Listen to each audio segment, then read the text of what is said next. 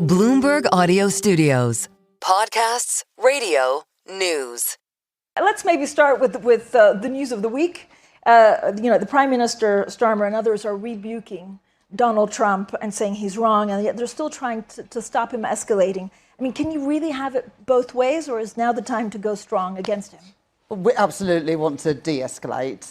The future of Greenland is for the people of Greenland. But the message that I've come here with this week in Davos is that amidst all the uncertainty and instability in the world, Britain's plan for economic growth, built on the platform stability, investment and trade, is actually going very well. We've had 6 interest rate cuts since I became Chancellor of the Exchequer. Inflation is coming down. The Bank of England expect it to get back to target in the next couple of months. And we've done trade deals with India, with Korea.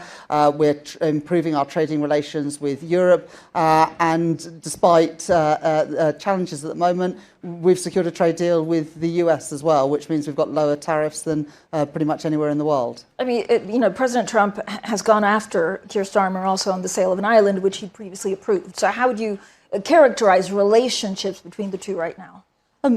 They're very good. I mean, look, no one wants to see what's happening at the moment in terms of Greenland. Recognise what the president said last night. Criticising decisions of a number of leaders, but previously the U.S. administration, including Secretary of State Rubio, have supported what is happening in Diego Garcia because it's enabling the UK-US military bases to stay open and to continue the vital work they do there for decades to come. And so, we're confident that that is the right decision and has had the support of the US administration. Jez, if we had a level of anxiousness in Davos right now, it'd be like through the roof. And there's a lot of opinion saying, look, are the UK and EU sleepwalking into disaster right now? Because they were blindsided about what to do with Greenland. Like, what's your response to those criticisms? Well, Denmark is a member of NATO, a very close ally of the UK, and has been a very close ally of the United States. Everybody recognises the importance of the Arctic and the High North, and also the challenges that we face, the Western world, NATO faces in that part of the world. We've just done a big deal with Norway to sell frigates to them, reflecting those sorts of threats. So no one is naive around the threats in the Arctic and the High North. The question is how to face into those challenges. And we firmly believe in the UK and across Europe that we do that by NATO allies, by friends working together to secure the best outcomes, not unilaterally making decisions about another country. What are the risks if this escalates? Is it to the economy, or does the UK and Europe worry about intelligence sharing with the US and Ukraine? All of our focus is on de-escalation, right. Not in worst-case scenarios. We have worked incredibly closely with President Trump the last year because we believe it's in our UK national interest to do so. The strategic relationship between the US and the UK, the military and strategic partnership between our countries is more important than the partnership between any two countries in the world. And it's very important for the safety and security of the Western world that continues, and we're determined that it will do so. Similarly, the fact that we were able last year to secure the economic partnership deal with the US, and we continue work on the transatlantic markets work that we're doing at the moment to make it easier for our capital markets to be better integrated, and firms listed in the UK and the US raising finance in each other's jurisdictions, greater collaboration when it comes to digital assets. All of that is in the UK's national interest, and we'll continue to pursue our national interest vigorously. But I don't think it's in anyone's interest to escalate tensions or to allow rhetoric to be a substitute for hard work and diplomacy. But you think the trade deal stands? Because at the moment there's wild speculation about whether everything needs negotiating, whether President Trump goes really hard. I mean, how do you model this? I would just urge people to keep cool heads. Cool. Okay. I mean, that's what we did all through last year, and it actually served us pretty well. And whilst trade barriers are going up around the world at the moment, we can all see that. In the last year, barriers to trade with the UK have fallen. We've secured a comprehensive trade deal with India, which will come into force in the next few months. Just taking legislation through both of our parliaments to secure that. That includes trade in services, support for exports, and also around government procurement. That's a huge deal. The deal with Korea, one of the fastest growing economies as well in the G20, is very important for the UK. But most important probably is the trade with our nearest neighbours and trading partners in the EU, which was damaged after leaving the EU, voting to leave the EU in 2016. We are now fixing that mess by improving trade relations and cooperation with our closest allies and neighbours. And I want to get back to the EU in a second. Governor Bailey, though, said that he worries about also President Trump's attacks on the Fed, and that could create shockwaves for the UK. Do you agree with that? I think that people recognise that certainly with this government and with me as Chancellor, there's huge respect for independent economic institutions, whether that is the Bank of England or the Office of Budget Responsibility. One of the reasons why the UK has been, has had challenging economic times the last few years is because the previous Conservative government, particularly under Liz Truss, both played fast and loose with the public finances, but also undermined the economic institutions that make Britain, or have made Britain, a safe and secure place to invest. We're undoing that damage, working closely with the independent economic institutions, but respecting their independence. And that collaboration and fiscal policy supporting monetary policy has enabled those 6 cuts in interest rates, taking rates down to 3.75%. It's the fastest speed of rate reduction in the UK in 17 years, and that's only possible because of the stability that we've returned to the economy and the decisions we've made on fiscal consolidation. And the IMF say that amongst developed economies, we have got the fastest pace of fiscal consolidation over the next few years. And that gives investors confidence around the stability in the UK, our grip on the public finances and our grip on inflation. So there's no worry about central bank independence that could also impact or inspire maybe some of the opposition in the UK were they to come to power?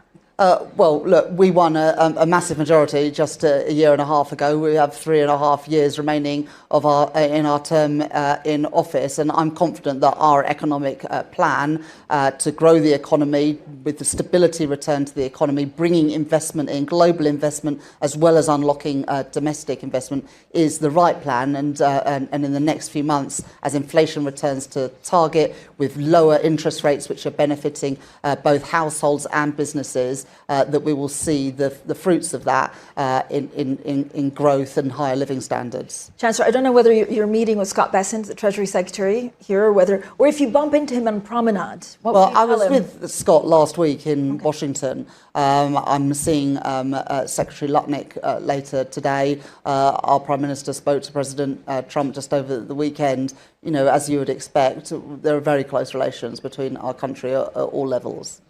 So here in Davos, you also have an announcement, which is basically helping out with visas. Tell us a little bit about that, and do you worry that it's going to be drowned in everything else that's going on? Just a little bit of news that we have out there. So I believe in free and fair trade.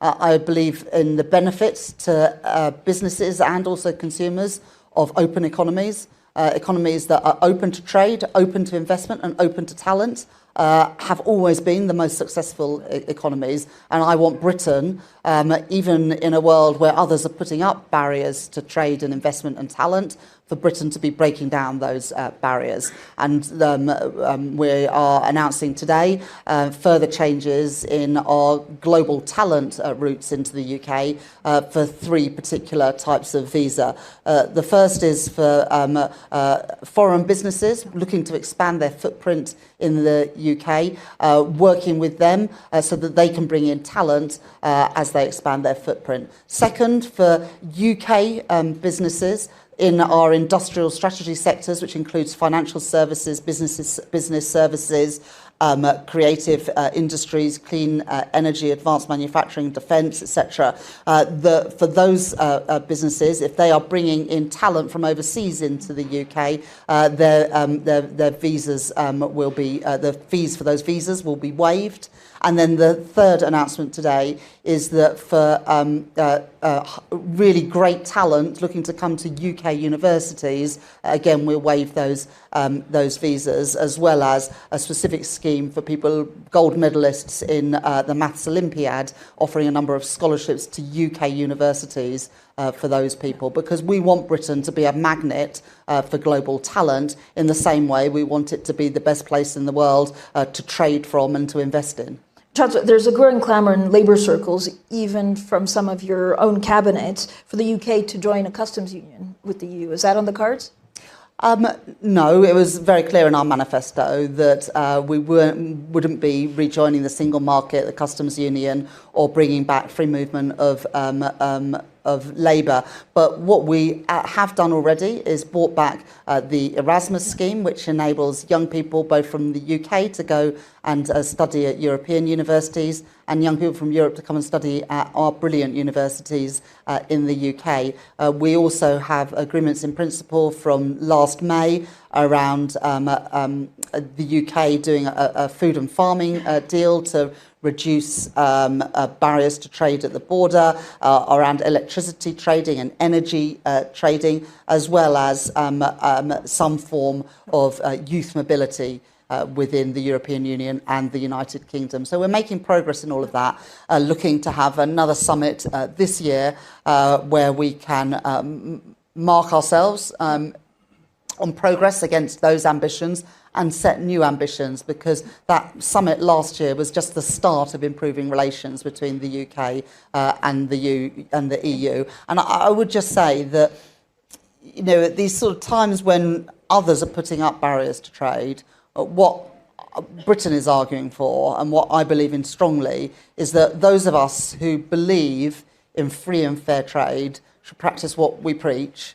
and reduce barriers between ourselves. That goes to the UK, the EU, Canada, and other allies around the world. And we are determined to lead from the front in that. We've already secured trade deals with countries around the world. We want to do more in the months to come. But Chancellor, I mean, mathematically, just, you know, if you leave politics to one side, again, rejoining the customs union could be more beneficial. So do you see a future at any point where the UK goes back in? We can't go back in time. And since we left the EU, we have done trade deals with India, with the US, with Korea. And obviously you would lose some of the benefits of those trade deals if you were to re-enter a customs union. Things like the benefits of the deal we did with the US for our automotive sector. The deal that we have with India is better than the deal that any other country has with India. So I think that you have to consider all of these things in the round. I don't think we need to return to the customs union to seize greater benefits of free and fair trade. And we are working piece by piece, but with a strategic goal in mind, which is to make it easier for British businesses to sell into European markets and for European businesses to sell into British markets. And when the barriers to trade in other markets are going up, we want to create more opportunities for our businesses to trade with other countries around the world. There is, of course, big news about a new embassy, a Chinese embassy in London today. How do you see actually the relationship with the UK and China evolving? Yeah.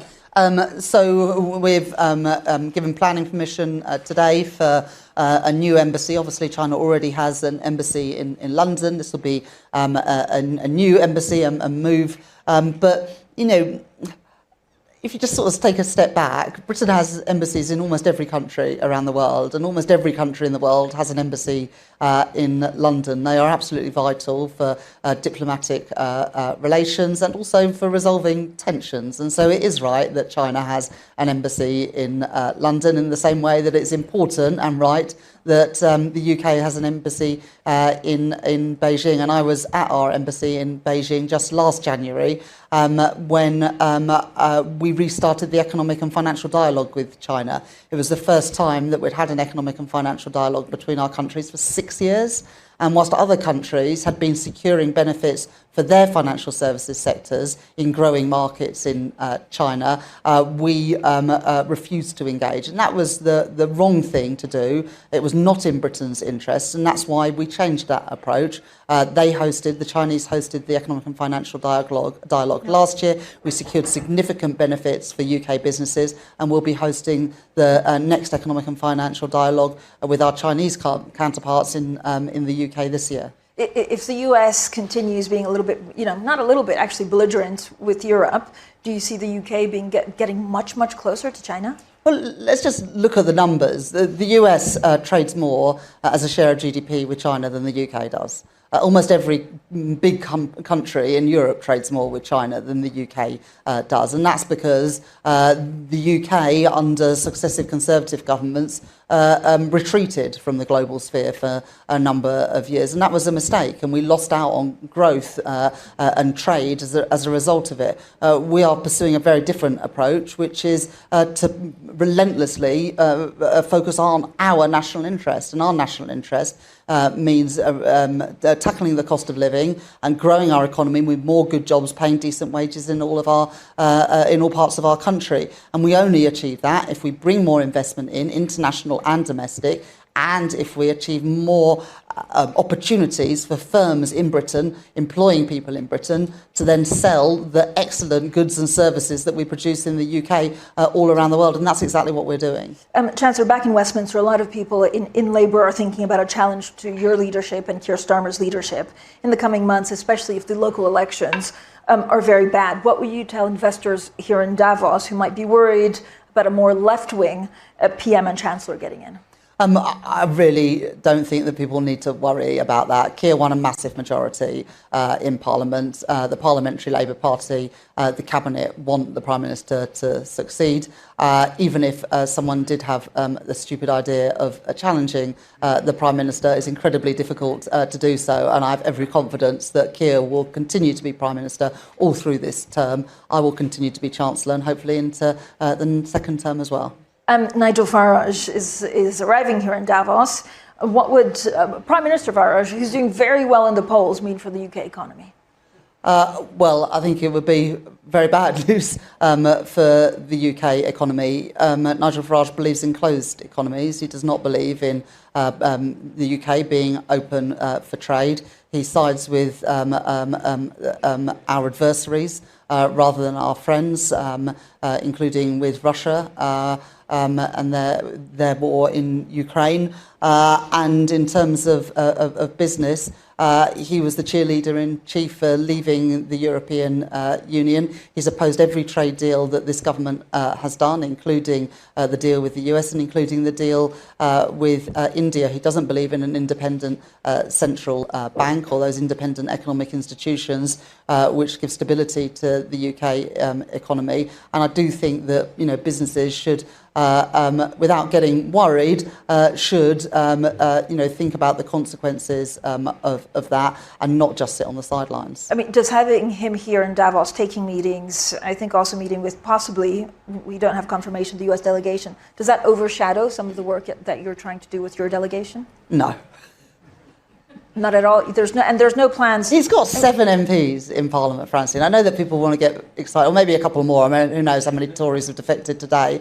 But he's got a small number of MPs. He's lost almost as many MPs as he's gained in this Parliament because he's incapable of working with others. I'm not worried about Nigel Farage. I believe that our plan is the right one. We are improving the cost of living for working people in Britain. We're bringing investment to Britain. Inflation and interest rates are coming down last year we had the second fastest growing economy in the G7. Our plan is the right one. It will begin to reap dividends this year, especially as inflation gets back to target and the benefits of those trade deals begin to flow. But there is a perception that he's gaining momentum because of the defections. So, I mean, you've got these people who were defeated a year and a half ago in a general election. Robert Jenrick, Andrew Rosendale, the other people whose names no one remembers, who lost the support of the British public a year ago, who are now changing the rosettes and think that will change their fortunes. It won't, and I do believe that the British public will see through that. They kicked the Tories out for a reason. They're not going to just re-elect them because they're now wearing a teal rosette rather than a blue one.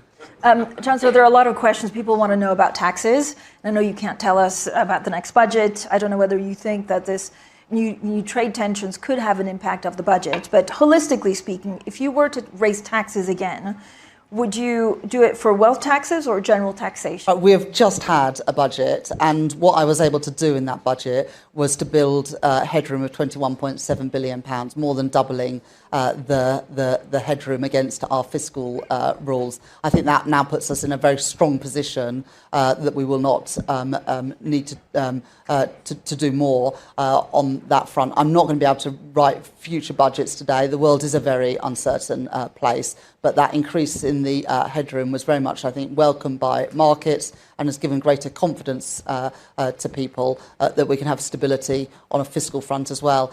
In addition, we've been really clear that the spring forecast from the OBR will not be a fiscal event in the same way that it has been in the past, and reform of the Office of Budget Responsibility means that we can now move to one major fiscal event a year, so that you, Francine, and others don't ask me every week for a year what tax changes are planned. We don't plan any tax changes in the spring, and I very much hope that after the headroom that we have built in through difficult decisions on tax and spending, that provides the stability that we need. Every week, Chancellor, I thought we were more tenacious. I thought it was every day that we were asking you.